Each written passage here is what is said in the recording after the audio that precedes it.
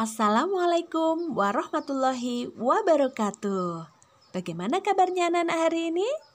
Pastinya tetap semangat dan selalu ceria.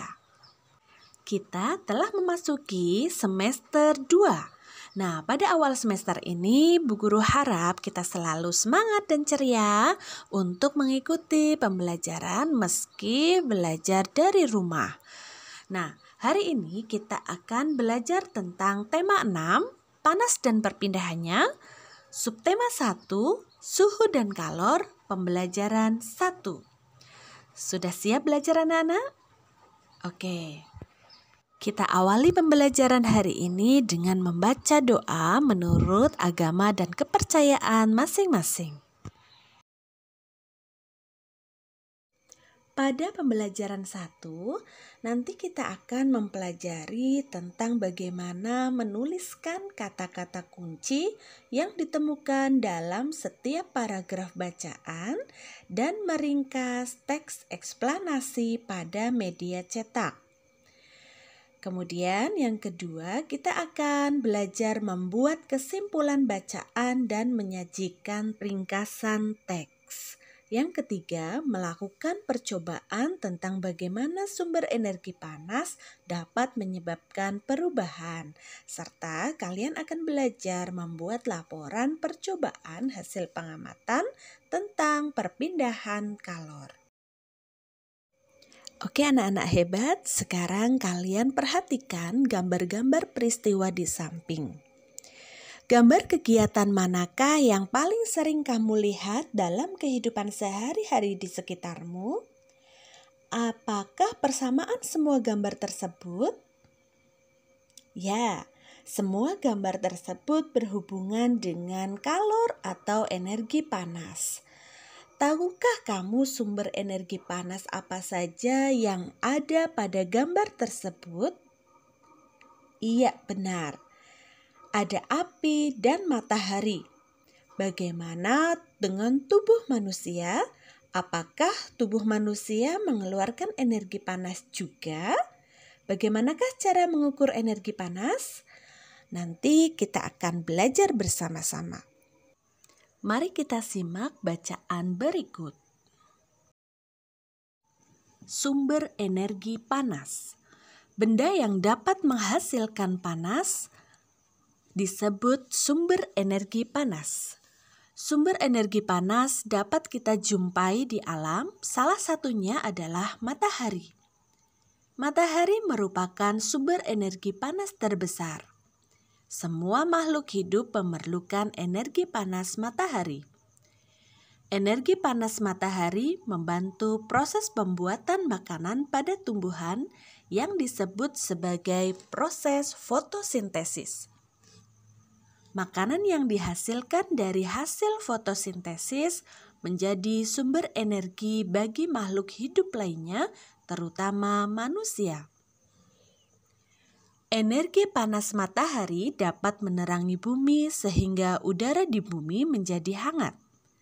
Dalam kehidupan sehari-hari, energi panas matahari dimanfaatkan dalam berbagai kegiatan manusia. Misalnya, panas matahari digunakan untuk mengeringkan padi setelah dipanen, mengeringkan garam, mengeringkan ikan asin, bahkan untuk mengeringkan pakaian yang basah. Cobalah kamu gosokkan kedua tanganmu selama 1 menit. Apa yang kamu rasakan? Sekarang, ambil sebuah mistar plastik. Kemudian gosok-gosokkanlah pada kain yang kering selama 2 menit. Lalu sentuhlah permukaan mistar plastik itu. Apa yang kamu rasakan? Setelah kamu melakukan kedua kegiatan tersebut, apakah kamu merasakan panas? Iya, betul sekali. Energi panas dapat dihasilkan ketika terjadi gesekan antara dua benda. Pada kegiatan di atas, gesekan antara kedua telapak tanganmu dan gesekan antara mistar dan kain dapat menimbulkan energi panas. Selain matahari dan gesekan antara dua benda, energi panas juga dapat diperoleh dari api. Pada zaman dahulu, orang mendapatkan api dengan cara menggosokkan dua buah batu yang kering sampai keluar percikan api. Selain itu, nenek moyang kita dahulu menggunakan kayu kering lalu digosok-gosokkan dengan tanah yang kering sampai keluar api. Ternyata gesekan dua benda antara dua batu kering dan gesekan antara dua kayu kering dapat menghasilkan energi panas berupa api. Saat ini, api mudah dihasilkan dari korek api dan kompor. Mari kita cermati kembali bacaan tersebut. Bacaan tersebut merupakan salah satu contoh teks penjelasan atau teks eksplanasi tentang sesuatu yang terjadi di sekitar kita. Dalam kehidupan sehari-hari, banyak dijumpai teks penjelasan berupa informasi pada berbagai media, baik media cetak maupun media elektronik. Salah satu bentuk media cetak adalah buku, majalah, dan koran. Lalu, informasi apa saja yang dapat kamu peroleh dari bacaan? Mari kita jawab pertanyaan-pertanyaan berikut berdasarkan bacaan. Yang pertama, apa yang dimaksud dengan sumber energi panas? Sumber energi panas adalah benda yang dapat menghasilkan panas. Yang kedua, sebutkan paling sedikit 2 sumber energi panas yang kamu ketahui. Matahari dan api merupakan sumber energi panas. 3. Apa saja manfaat yang didapatkan makhluk hidup dari matahari? Manfaat yang didapatkan makhluk hidup dari matahari yaitu dapat membantu tumbuhan pada proses pembuatan makanan atau fotosintesis, membantu manusia seperti pada proses pembuatan garam, mengeringkan pakaian, dan mengeringkan padi. Pertanyaan selanjutnya, tunjukkanlah cara-cara sederhana untuk membuktikan adanya energi panas di sekitarmu. Yang pertama, menggosok-gosokkan kedua telapak tangan selama 1 menit. Dan menggosok mistar atau penggaris pada kain kering selama 2 menit. 5. Bagaimanakah cara nenek moyang kita untuk mendapatkan api? Nenek moyang kita menggosokkan 2 buah batu kering sampai keluar percikan api. Pertanyaan ke-6, mengapa api sangat penting dalam kehidupan manusia? Api dapat kita gunakan untuk berbagai keperluan, misalnya memasak, menjadi pengganti lampu, dan membuat api unggun untuk menghangatkan tubuh.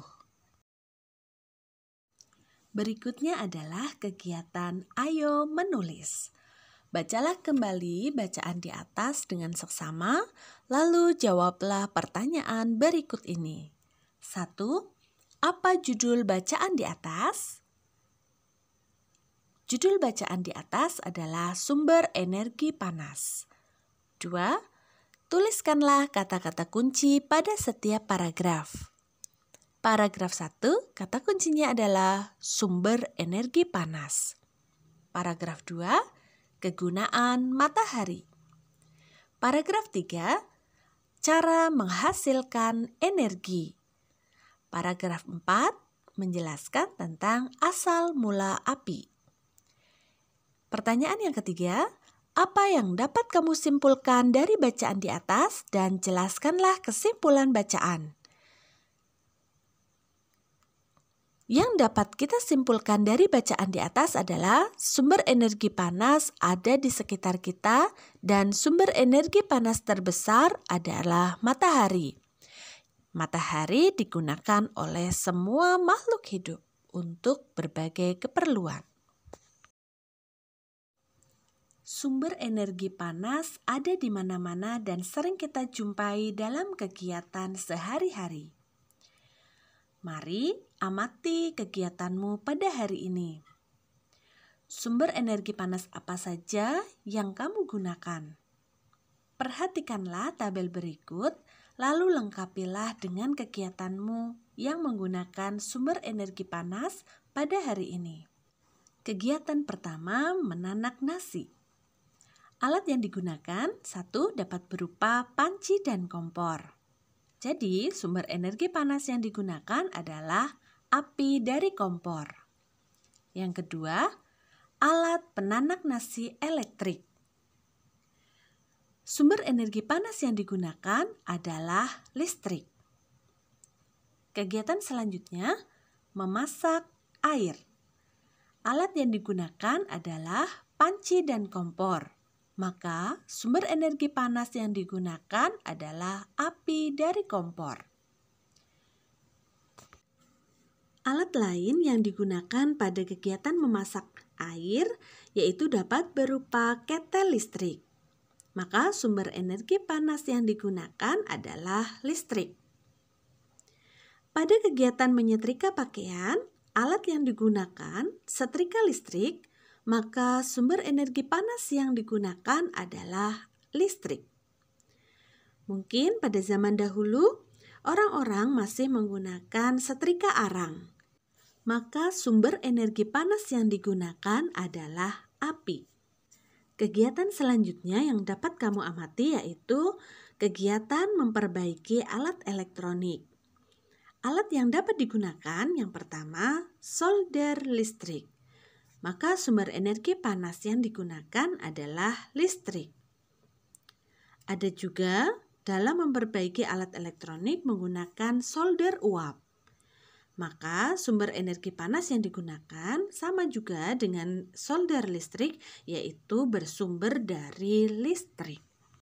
Silahkan kamu buat tabel seperti pada contoh, lalu kamu isikan kegiatan-kegiatan yang kamu lakukan pada hari ini yang ada kaitannya dengan sumber energi panas. Tuliskanlah alat yang digunakan dan sumber energi panas yang digunakan pada kegiatan yang kamu lakukan. Kegiatan selanjutnya yaitu kegiatan Ayo Mencoba. Matahari merupakan salah satu sumber energi panas yang paling besar di muka bumi. Energi panas matahari dapat menyebabkan peristiwa perubahan di alam yang mudah kita lihat dan kita amati. Lakukanlah kegiatan berikut dalam kelompok yang terdiri atas 3 orang. Nah, karena kalian belajar di rumah, maka kalian dapat melakukannya bersama anggota keluargamu yang lain, bisa dengan orang tua ataupun kakak. Selanjutnya, siapkanlah alat dan bahan berikut. Yang pertama, 3 wadah untuk es batu, 6 buah es batu dengan ukuran yang sama, dan pencatat waktu. Langkah-langkahnya adalah 1. Letakkan 2 buah es batu pada masing-masing wadah yang telah disiapkan. Wadah sebaiknya berukuran dan mempunyai warna dan bentuk yang sama. 2. Satu wadah diletakkan di luar ruangan di bawah sinar matahari. Wadah kedua diletakkan di atas meja di dalam ruangan. Yang ketiga, wadah ketiga diletakkan di dalam lemari atau tempat yang terlindung dari sinar matahari. Langkah selanjutnya, setiap anggota kelompok akan mengamati, mengukur, dan mencatat waktu yang diperlukan es batu pada masing-masing wadah sampai benar-benar mencair. Perhatikanlah gambar berikut ini. Gambar tersebut menggambarkan percobaan yang sedang kita lakukan. Mari kita simak pertanyaan terkait dengan percobaan tersebut. Yang pertama, bagaimana ukuran es batu pada ketiga wadah tersebut? Ketiga es batu memiliki ukuran yang sama. Yang kedua, manakah es batu yang akan mencair terlebih dahulu? Nah, setelah dilakukan percobaan, es batu yang mencair terlebih dahulu adalah es batu yang diletakkan di luar ruangan di bawah sinar matahari. Mengapa? Jelaskan alasanmu di tempat yang tersedia di bawah ini. Ya, karena matahari sebagai sumber panas sehingga dapat menyebabkan perubahan pada es menjadi air. Ketika es berubah menjadi air atau mencair, ini membutuhkan panas atau kalor. Yang keempat, dapatkah kamu menarik kesimpulan dari kegiatan di atas? Diskusikan kesimpulannya dengan anggota kelompokmu. Kesimpulan, sumber energi panas dapat mengakibatkan perubahan wujud benda. Pada kegiatan di atas terjadi perubahan wujud benda dari benda padat menjadi benda cair. Alhamdulillahirrabbilalamin, pembelajaran pada hari ini telah selesai. Jangan lupa tetap semangat untuk belajar di rumah, patuhi protokol kesehatan, dan selalu pakai masker dimanapun kalian berada. Semoga pembelajaran pada hari ini dapat bermanfaat untuk kita semuanya. Terima kasih. Assalamualaikum warahmatullahi wabarakatuh.